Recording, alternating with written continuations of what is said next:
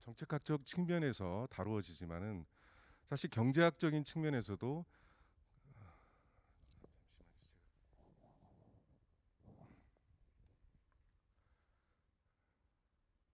경제학적인 측면에서도 경제사적인 측면에서 역사적인 접근이 필요함을 의미합니다. 사실 여기서 짚고 넘어가야 될 게 제도와 정책의 관계입니다. 어떻게 보면 어떤 하이라키 관계가 존재를 하는데요. 사실 제도라는 것은 신제도주의적인 관점에서는 광의로 해석을 합니다. 그러니까 어떤 정부의 정책이라든지 사회적 제도, 법률, 어떤 조직, 기타 문화, 개인의 생활에 어떤 영향을 미치는 다양한 요소를 다 포함하는 개념으로 쓰고 있죠. 하지만은 제가 다루고자 하는 그 개념은 제도 자체의 개념은 그렇게 신제도주의적인 접근에서 광의의 제도의 개념을 쓰고 있지만은 정책의 사례에서는 사실 인공지능 정책 어떤 제가 실증 사례를 통해서 그 제도에 대한 접근을 시도해야 되기 때문에 정책분 인공지능 정책 분야에서 현재 어떠한 현상이 나타나고 있는지를 관찰을 통해서 그 정책학적인 접근과 제가 한번 적용을 해보고 사실 미래지향적인 관점에서 그러니까 일반적으로 정책학에서는 지나간 정책에 대한 어떤 설명 도구로서 경로 이론을 많이 사용을 합니다. 예를 들어서 환경 정책이라든지 통일 정책이라든지 의료보험 의료보장제도라든지 여러 가지 지역산업진흥이라든지 그 연구 사례를 보면 그런 것들이 많이 있는데요. 저는 이제 앞으로 다가올 부분, 뭐 아까도 그 우리 기조연설에도 많은 그 얘기가 있었습니다만은 디지털 전환이나 포스트 코로나 19 이후에 어떤 사회가 올 것인가. 근데 이런 것들을 사전에 우리가 준비를 해야 된다는 것이고요. 사전에 준비를 해야 된다는 것은 결국은 뭐냐면 제도라는 것이 인간과 상호작용을 통해서 진화하는 부분이 있지만은 이 디지털 트랜스포메이션이나 4차 산업혁명 또는 인공지능 이런 부분에 대해서는 어떤 외부적인 충격 요소가 상당히 많이 있습니다. 그러다 보니까 미래지향적인 측면에서 정부가 어떠한 준비를 해야 되느냐 이런 측면에서 제가 시사점을 좀 도출을 하고자 하는 것이 본 논문의 주요한 목적이었습니다. 연구 배경은 방금 제가 이제 말씀을 드렸습니다만은 사실 인공지능이라고 한다면은 접근 방법이 두 가지가 있어야 됩니다. 하나는 뭐냐면 기술적인 측면에서 인공지능의 작용 구조를 사실은 머릿속에 그리고 있어야 됩니다. 그러니까 가설 설정에서부터 가설이 설정된다는 것은 어떤 목적이 주어진다는 것이죠. 그러니까 데이터 수집 분석 그리고 정제 그다음에 그걸 어떤 소프트웨어적인 툴에 넣어서 분석을 한다든가 그걸 인공지능 엔진이라고 부르는 거죠. 근데 기술적으로는 그 틀 안에 있지만 사실 인공지능 시스템은 리얼 월드 쪽에 나와야 됩니다. 얘네들이 밖으로 나와야 됩니다. 그러니까 또 한 층의 어떤 하나의 층이 존재를 한다라는 것이죠. 그러니까 인공지능 자체의 그 어떤 되먹임 현상, 내부 사이클도 고려를 해야 되고 거기에 정책적인 개입 요소가 많이 있고요. 인공지능 시스템이 바깥에 나왔을 때는 현실 세계와 작용을 하는 부분이 있습니다. 이 두 가지 측면에서 다 어떤 정부의 역할이 필요하다라는 것이고요. 지금 어떻게 보면은 이 코로나19 정황에서 많은 국가에서 강한 학자들은 이제 앞으로 강한 정부의 개입이 일어날 것이다. 강한 정부론이 고개를 많이 들고 있고 실제로 이제 시진핑이나 트럼프나 이런 기싸움에서도 많이 그런 것들을 볼 수가 있는데요. 결국은 인공지능 분야에서는 아까 좀 전에 말씀드린 그런 특성으로 인해서 국가가 정부가 해야 될 일이 참 많다라는 것이고 자연스럽게 진화적인 어떤 제도와 인간의 상호작용에 의해서 진화적인 특성 말고 새롭게 어떻게 보면은 내생 변수가 아닌 외생 변수로서 제도를 좀 취급해야 될 그런 측면이 있습니다. 그다음에 또 하나는 신제도주의 방법에서 이제 많이 쓰이고 있는 방법들이 경로 이론도 있고요. 그다음에 역사적 제도주의적 접근도 있고, 그다음에 사회학적인 접근에서는 제도 동영화 이론 이런 것들이 있습니다. 그래서 국가 간에 좀 전에 말씀드린 그런 부분에서 어떤 국가가 좋은 시스템을 갖추느냐 앞으로 중요한 문제거든요. 그러다 보니까 자연스럽게 시장 현상의 어떤 제도와 인간과의 상호작용 이거에 기대할 수 없는 부분이 상당히 많이 있다라는 것입니다. 그래서 그런 제도주의적인 접근 방법을 통해서 뭔가 바람직한 미래지향적인 정책 방향을 제시할 수 없을까 제시하는 것이 필요하다라는 게 이제 제가 생각한 두 번째 연구의 배경이고요. 세 번째는 AI의 작용 기제와 또 AI 시스템과 사회의 어떤 작용 기제. 그 다음에 AI라는 게 단순히 하나의 기술 시스템이 아니라 어떤 인간과 무수히 상호작용을 앞으로 해야 될 부분이 있고요. 또 제도주의 관점에서 보면 인간과 제도 사이에 이미 인공지능이 개입을 하고 있습니다. 그러니까 인간의 행위나 인간의 의사결정이 개입을 하고 있고요.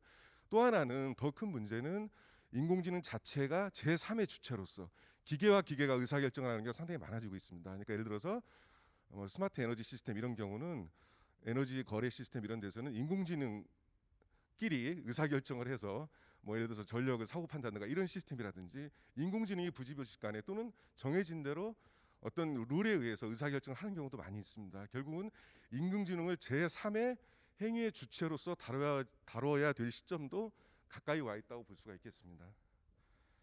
이런 다양한 측면에서 제가 이제 어떻게 하면은 정책학적인 방법론, 또 경제 역사적인 관점에서 경제 사적인 측면, 그리고 정부의 역할, 그다음에 현재 세계 각국에서 나타나고 있는 인공지능 정책의 현상, 이런 것들을 어떻게 엮어서 우리 정부의 바람직한 시사점을 도출할 수 있을까, 이 부분을 고민한 논문이 되겠습니다. 이론적인 틀은 지금 검정색으로 된 부분이 좀 전에 제가 말씀드렸듯이 신제도주의적 접근 방법 중에서 경로 이론에 해당하는 것들이 되겠습니다.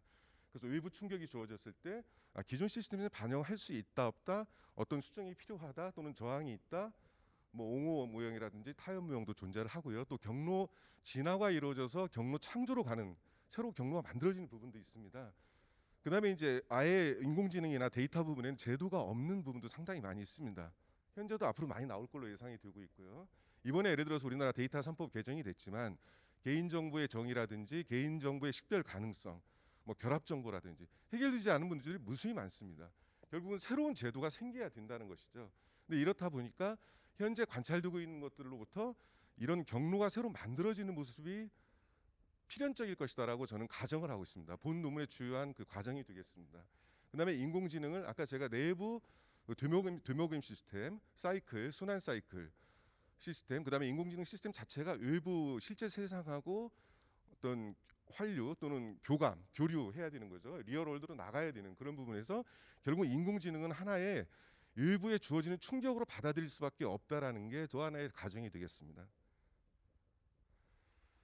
먼저 그 인공지능이 어떤 의미를 갖느냐, 제가 이 그림을 그리는데 거의 한 뭐 6개월 이상 걸린 것 같습니다.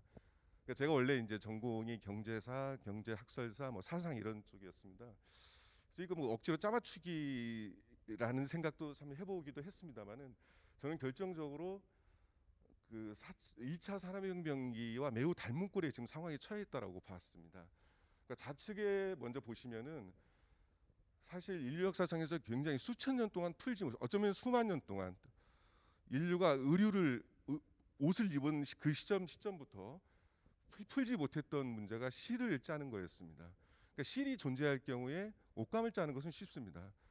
여러분들이 아시는 이제 그런 여러 가지 뭐 뜨개질이나 여러 가지가 있었죠. 근데 결국은 제임스 아크라이트 방적기가 나오면서 영국에 세계 최초의 공장이 생기게 되고 또 진정한 노동 계층이 형성이 되고 오늘날의 아파트의 효시가 된 기숙사가 거기 지어지게 됩니다. 그 유네스코 세계 문화유산이기도 한데요. 근데 거기서 쓰인 어떤 수력을 이용한 기계 엔진이지만은 엔진이라는 건 결국은 직선 운동을 회전 운동으로 바꿔주는 거지 않습니까? 인류의 그 발명한 물품 중에서 가장 강력하게 발전한 것이 사실은 기계 엔진이라고 합니다. 네, 그런 측면에서 그 실을 짜는 그 방적기를 통해서 1차 산업혁명이 시작이 됐다라고 저는 보고 있고요. 이제 우리는 흔히 제임스 와트의 증기기관을 얘기합니다만 증기기관에 이제 그게 뭔가 좀 더 에너지가 있는 부분들이 쓰인 거죠. 뭐 석탄을 뗀다든지 이런 방식으로 이제 엔진의 그 출력을 높이는 그런 식으로 됐고요. 이것이 이제 결국은 다른 에너지 혁명과 얽히는 과정에서 예를 들어서 뭐 석탄의 뭐 채굴 비용을 낮춰서 이게 또 뭐 범선에 쓰이고 또 철도 건설에 쓰이고 이런 식으로 이제 파급이 된 거거든요. 결국은 거기에서 뭔가 에너지 혁명과 결부되면서 기계 엔진이 계속 진화를 한다는 겁니다. 여러분 아시겠지만은 이 시기에서 그럼 과연 노동자라는 계층이 이제 상출이 됐었는데 그 당시에 그럼 노동자는 과연 노동의 가치는 무엇이냐라는 게 굉장히 경제학에서도 그렇고 지금 현재도 우리 지금 요즘 플랫폼 노동자 문제 많이 겪고 있지 않습니까? 그러니까 노동의 가치는 뭐냐라는 근본적인 문제가 그 자본주의 구조 생산 양식 속에서 나왔던 것이고요. 오늘날까지도 기계 엔진은 어떤 축적의 도구로 쓰여온 부분이 많이 있습니다. 결국은 뭐 1900년대, 1800년대 말이라든지 1900년대 초반까지는 어떻게 보면은 그 산업 자본이 이제 금융 자본으로 또 이렇게 전환이 되고 이렇게 쓰이면서 오늘날의 자본주의 모습을 갖추는데 기여를 한 부분이 있죠. 그러니까 엔진이 상당히 중요했는데 결정적인 문제를 푼 것은 저는 방적기라고 보고 있다라는 것이고요. 이거를 이제 지금 오늘날의 그 인공지능에 적응을 해봤을 때 저는 이제 디지털 기술, 데이터 센터 뭐 이런 부분들이 굉장히 중요하고 이 직전에 정보통신 혁명이라는 인터넷 혁명이라는 게 존재를 했었거든요. 현재는 이제 데이터 소유권의 문제라든지 데이터 노동자의 문제라든지 플랫폼 노동자 문제, 플랫폼 기업. 근데 이런 모든 것들이 가능하게 한 것은 결국 소프트웨어고 인공지능 엔진이라는 것이죠. 그래서 이거를 저는 이제 기계 엔진이랑 대체를 해봤고요. 여기에서 이제 새로 가치가 만들어 나와야 되는 부분들이 앞으로 논란이 되겠지만 데이터 지대, 그러니까 어떤 뭐 비옥한 땅의 여부에 따라서 과거에 토지 렌트가 있었듯이 데이터에도 그런 돈 주고도 못 사는 데이터, 돈 줘도 안 사는 데이터, 뭐 이런 것들이 안 쓰는 데이터 이런 것들이 있듯이 알고리즘 지대라는 것도 이미 발생이 되고 있고요.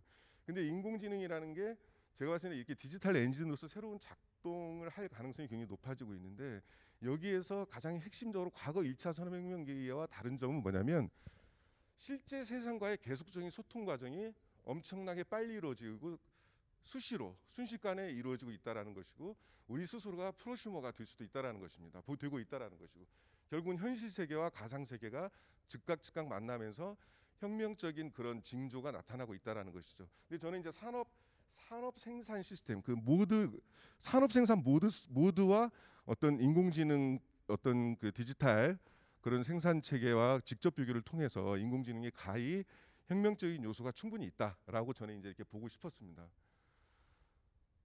그리고 이제 이런 기본적인 인식하에 제가 굉장히 많은 그 사례들을 수집을 했습니다. 그러니까 이론적으로는 원래 이제 정책학적인 배경도 있었지만은 아까도 제가 예를 들었지만은 그 정책학에서 제도주의 사상이나 이론을 받아들여 와서 경로 이론 이런 것들이 만들어졌고 거기에는 경로 의존적인 거, 경로 진화적인 거, 경로 창조적인 이런 어떤 정책의 루트들을 연구하는 그 이론적인 논문들이 상당히 많이 있었습니다. 외국에서도 많이 있었고 우리나라는 보니까 1990년대 후반에 조금 이론적인 게 많이 있었고요. 사례 분석은 2000년대 이후에 상당히 많이 있었습니다. 근데 2000년대 이후에 사례 분석이 가장 많이 이루어진 부분은 뭐 예를 들어서 뭐 지역산업진흥정책이라든지 의료보험 쪽이라든지 환경 문제 쪽이라든지 통일 문제 쪽이라든지. 근데 일반적인 경향성은 뭐냐면 사이즈가 클수록 그러니까 정책의 사이즈가 클수록 어떻게 보면은 이 경로 이론으로 잘 설명이 안 되는 부분이 많습니다. 예를 들어서 의료보험 수가제도 이러면 굉장히 어떤 그 스코프가 작지 않습니까? 이제 그런 거는 경로 의존성이 굉장히 많이 나타나게 되고요. 그러니까 개연성이 있다라는 거죠. 근데 인공지능 정책은 제가 보니까 그 정도가 아니라 이게 어떻게 보면 아까 제가 광의의 저는 제도를 보고 있습니다라고 말씀드렸지 않습니까? 어떤 인스티튜션 그 영어로서 인스티튜션 하면은 결국은 우리 인간을 영향을 미치는 또는 인간의 활동을 지배하는 모든 요소를 저는 제도로 보고 싶습니다라고 이제 그게 신제도주의 관점이라고 말씀드렸습니다. 근데 그런 관점에서 이 인공지능 정책의 폭을 넓혀봤을 때 그 인공지능 정책의 경로 창조적인 특성은 5가지로 제가 추출할 수가 있었습니다. 지금부터는 그 5가지에 대해서 간단히 말씀드리겠습니다. 첫 번째는 제도 설계 요소 간의 갈등 관계입니다. 제일 우측에 그림의 맨 우측에 보시면은요 전통적 정책 수단이 있습니다. 그러니까 전통적 정책 수단 쪽에서는 어떤 산업 육성을 위해서 제가 예시를 드는 건데요. 만약 인공지능이다, 데이터다. 우리나라도 이제 AI 국가 전략도 있고 데이터 경제 뭐 구축 방안 이런 것도 있고 뭐 과거에 여러 가지 또 경제 정책들 많이 있었지 않습니까? 근데 그것들의 기본적인 요소는 맨 우측에 쓰여 있는 것들입니다. 어떻게 하면 기반 확충을 하냐, 어떻게 하면 인재 양성을 하냐, 어떻게 하면 R&D로 뭐 추진 동력을 마련을 하느냐, 어떻게 하면은 어떤 활성화를 시키냐, 융합을 활성화시키고 규제를 혁신하느냐, 뭐 이런 것들입니다. 근데 전통적인 경제 수단 측면에서 붙여봤을 때는 인공지능 정책도 저런 요소가 그냥 있습니다. 그리고 현재까지 나와 있는 국가 정책은 저런 프레임워크를 갖고 있습니다. 근데 실제로 제가 데이터 정책 목표와 AI 정책 목표 이거는 제가 용어를 인공지능 AI 정책 목표 같은 경우 단순하게 표현을 했습니다만은 데이터 정책 목표 같은 경우는 실제로 정부에서 쓰고 있는 데이터 정책의 목표들입니다.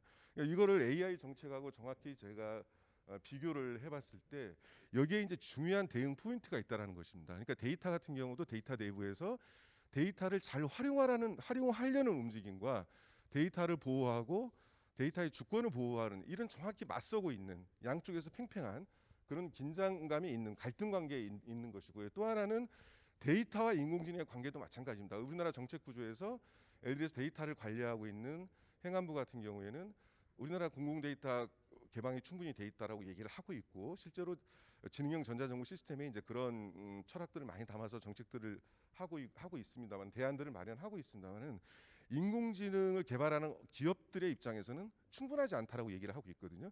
또한 인공지능 분야에서도 갈등이 있어요. 인공지능 분야에서도 우리가 타다 사건 이런 걸 이제 상상을 해보실 수 있을 텐데 어느 단계에서 그게 서비스로 체화됐을 때 실제로는 사회적 갈등이 일어난다는 것입니다. 그래서 이 중첩적인 중복된 이중적인 갈등 관계가 존재하고 있다. 그래서 결국은 새로운 경로가 이런 문제를 해결하기 위해서는 새로운 경로가 필요하다.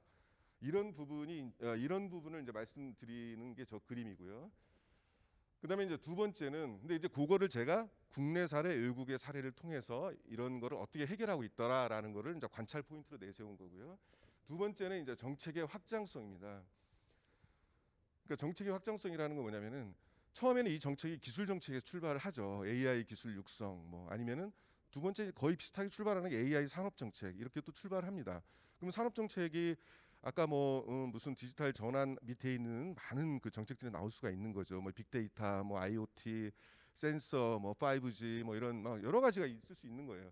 근데 이게 좀 더 넓어지면 이제 오른쪽으로 가게 되면은 그 밑에 이제 예시가 조그맣게 돼 있습니다만은 사회적인 문제를 담고 있는 법제들이 다 관련이 됩니다.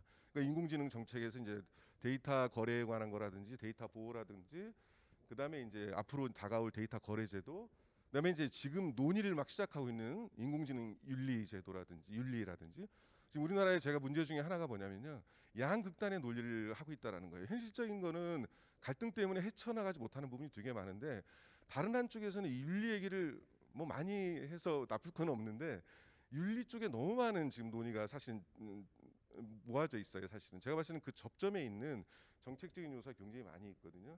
근데 결국은 이런 요소들이 전체적으로는 어쩌면 우리가 산업 사회가 아닌 다른 사회의 모습을 인공지능이 가져올 수 있다. 근데 인공지능을 제가 확장적으로 저는 아까부터 제도적인 관점에서 해석을 한다고 그랬지 않습니까? 그러니까 뭐 데이터와 인공지능을 같은 선상에서 볼 수도 있지만은 저는 하여튼 인공지능이라는 게 결국은 우리 몸에 우리 정신에 가까이 오는 그런 제품이나 서비스 형태로 오는 거는 인공지능이라고 우리가 이제 표현을 하지 않습니까? 인공지능 서비스다 시스템이다. 그래서 저는 인공지능으로 모든 거를 이제 스코프를 정해서 지금 말씀드리고 있는 겁니다. 근데 이런 것들의 변화는 전국적으로 디지털 트랜스포메이션을 가져오게 된다는 거죠. 근데 디지털 트랜스포메이션이 오는데 이게 자연스럽게 오느냐?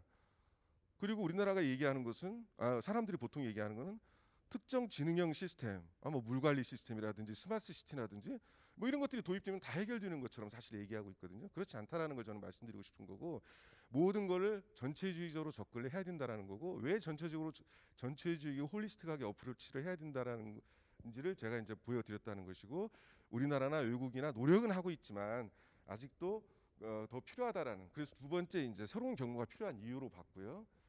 세 번째는 혁신의 누적성입니다. 혁신의 누적성이 뭐냐면 약간 가랑비에 옷 젖는다는 그런 어떤 쉬운 걸 생각을 해볼 수가 있는데요. 지금 제가 예로 든 건 뭐냐면 규제 샌드박스 예를 들었어요. 지금 규제 샌드박스라는 건 다 아시잖아요. 뭐 규제 샌드박스 5법에 의해서 또는 기업 활력 제고법 플러스 1 해서 5개, 6개 법령에 의해서 신속한 규제가 있는지 없는지 신속한 확인을 해주고 규제가 있다라고 하면 신속하게 그걸 벗겨내주고 신속 실증 실험을 통해서 실험을 하게 하고 그게 사회적으로 효과가 있고 긍정적이라고 했을 때 규제 혁신으로 연결하는 제도거든요. 근데 이런 것들이 처음부터 이제 이게 어떤 실증적인 어떤 그 기술 개발의 사례들을 처음부터 모든 걸 예측은 할 수 없기 때문에 사실 처음부터 그랜드 디자인을 갖고 가기는 상당히 어려워요. 어렵지만 이 규제 샌드박스를 운영하고 있는 국가들이 상당히 많이 있거든요. 근데 일본하고 한국이 그 가운데서 가장 사업 또는 비즈니스 또는 인더스트리 제한 없이 넓은 영역으로 운영을 하고 있습니다. 규제자의 특구를 통해서요. 비슷한데. 근데 이런 것들이 자칫 잘못하면은 다시 돌아올 수 없는 어떤 실수를 저질 수가 있다라는 거예요. 그래서 혁신의 누적성에 대해서는 학자들도 경고를 하고 있습니다. 특히 경제학자들이 경고를 하고 있습니다. 그러니까 어떤 제도를 만들었는데 나중에는 과거에 이제 기술 중립성 논의나 이런 것들도 여러분들이 다 알고 계시지만은 사실 원치 않게 기술 중립성을 잃어버리는 경우가 생긴다는 거죠. 예, 알겠습니다. 그다음에 네 번째는 초법성이랍니다. 그러니까 초법성이라는 것은 지금 트럼프와 제가 예를 들은 것은 미국, 중국, 일본, EU 이런 국가들의 어떤 기싸움 이런 내용을 제가 많이 이렇게 수집을 해서 실제로는 예를 들어서 AI 이니셔티브에 트럼프는 AI 이니셔티브에 모든 권한을 다 부여를 하고 인공지능의 예산 우선권을 부여를 했다라는 것이고요. 중국 같은 경우는 민간 기업을 활용을 해서 5대 국가 인공지능 플랫폼을 만든다든가, 일본 같은 경우는 문부과학성, 경제산업성, 총무성 이런 그 각 부처 아예 연합체 연구조직 AIP 혁신센터를 만든다든지, 아니면은 컴퓨팅 센터를 개방해서 쓰게 한다든지, 이런 어떤 기존의 어떤 있는 제도들을 아예 뛰어넘어서 새로운 어떤 제도를 운영을 하고 있다라는 것이죠. 그러니까 초법적인 특성을 제가 찾아냈고요. 다섯 번째 특성은 정책이 맨 처음에 제가 시작 지점에 말씀드렸습니다만은 그 데이터 가설 설정부터 데이터 시작까지 저는 이제 10단계로 나눴습니다만은 이 안에 있는 다양한 기술 정책 영역도 있지만은 그 바로 근접해 있는 산업 정책 영역에 어떤 조직적인 목표 설정이라든지 데이터를 어떻게 관리하고 뭐 데이터를 어떻게 뭐 관리를 하고 현장에 탑재를 하고 이런 부분에 있어서 굉장히 많은 그 정책 이슈들이 있고요. 그 주변에 제가 정책 이슈를 써놨습니다. 지금 현재 우리 단계는 뭐 테스트베드를 만들고 산업융합, AI 행정 시스템, 국가 인프라 구축, AI 뭐 이런 산업과 기업제도 개선 이런 쪽에 지금 가고 있고요. 우리가 많이 앞으로 준비해야 될 것은 인공지능 시스템이 세상 밖으로 나오는 부분입니다. 맨 아래쪽에 점선 안에 있는 그러니까 리얼월드랑 소통하는 부분인데, 경제사회 시스템이나 국가의 역할, 뭐 노동의 본질, AI의 정확성, 진실성, 뭐 판별 가능성, 조작성, 블랙박스, 뭐 윤리, 데이터 주권, 그러니까 이런 엄청난 주제들이 지금 있다라는 거예요. 그래서 이 각각의 정책의 개의 내에서도 문제가 있지만 이 각 층별 관통해서 우리가 바라봐야 될 문제도 있다라는 것입니다. 그래서 과거의 어떤 검토 구조로는 어떤 경로의 어떤 의존성이나 이런 쪽에 좀 얽매이기가 쉽다. 그러니까 뭔가 새로운 어떤 창조적인 생각이 필요하지 않느냐. 그래서 이 다섯 가지를 제안을 했습니다. 시사점은 간단히 이제 말씀드리면은, 첫 번째는 기술과 법의 직접 소통 체계가 저는 필요하다고 봅니다. 근데 이거는 마지막 단계에서 법원에 가서 이 서비스는 불법입니다, 뭐 법원 판결, 그걸 말씀드리는 게 아니고요. 처음부터 법 전문가와 기술 개발자들이 만나야 된다는 것이고요. 제가 기술적, 현상적, 법제적 써놨잖아요. 그러니까 저런 부분에서 만약에 저기다 윤리 문제를 대입을 하면 기술적인 거는 기술 개발자가 지켜야 될 부분이고요. 현상적인 것은 그 만들어진 전자인간이라고 해야 되나요? 인공지능이 지켜야 될 윤리를 말씀드릴 수 있을 것 같고요. 법제적인 거는 그걸 사용하는 사람들의 어떤 윤리적인 문제 말씀드릴 수 있을 것 같아요. 그러니까 아까 그런 관통적인 측면에서는 그렇게 이제 어떤 시사점을 예를 들어서 말씀드릴 수 있고요. 이 본여행 성과 중에 하나로서는 어떤 정책학적 관점에서 신제도주의적 접근을 바탕으로 해서 인공지능 정책의 어떤 경로 창조적인 특성을 저희가 다섯 가지로 규명을 했다라는 것이고, 그 관점은 미래지향적인 관점에서 국가가 인공지능 정책을 이렇게 이끌어갔으면 좋겠다라는 게 이제 제가 제안하는 조한 포인트입니다. 그리고 이제 앞으로는 제가 처음에도 말씀드렸지만은 이 인공지능 부분에 있어서는 인공지능이라는 것이 하나의 어떤 도구로서뿐만이 아니라 제도와 인간 사이에 적극적으로 개입하는 그 작동 시스템을 상상을 하고 상정을 해서 어떤 규범적이고 실질적인 부분도 굉장히 중요하지만 어떤 우리나라가 지향해야 될 어떤 규범적인 사회의 모습이라든지, 또 인공지능 정책 범주에서 어떤 그 총괄적인 어떤 컨트롤 타워 기능이라고 해야 됩니까? 현실적으로는 그런 걸 가지고 가면서 홀리스틱 어프로치, 어떤 전체주의적인 어프로치를 하느냐, 이런 것들이 상당히 중요하다라고 저는 생각을 했습니다. 그래서 이거는 뭐 어떤 정책 연구자로서 연구의 어떤 마무리가 아니라 새로운 연구의 어떤 시작이 될 수 있다라고 생각을 개인적으로 합니다. 예, 이상입니다.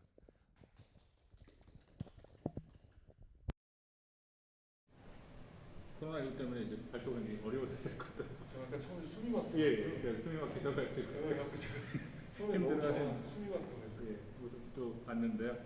좀 더 10분이 신청을 하고 계시는데 아무도 신청을 안 하시네요. 올려야 되는 부분인데.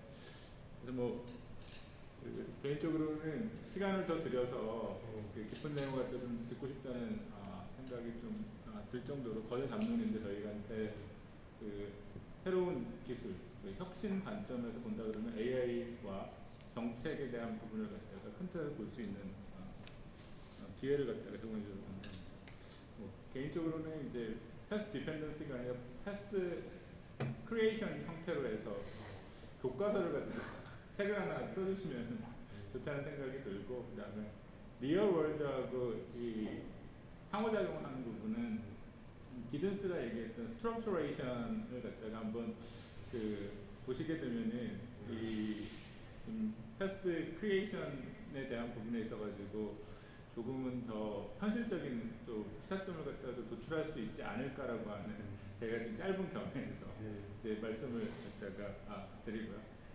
시간 관계상 다음 발표로 진행하도록 하겠습니다. 감사합니다. 네, 감사합니다.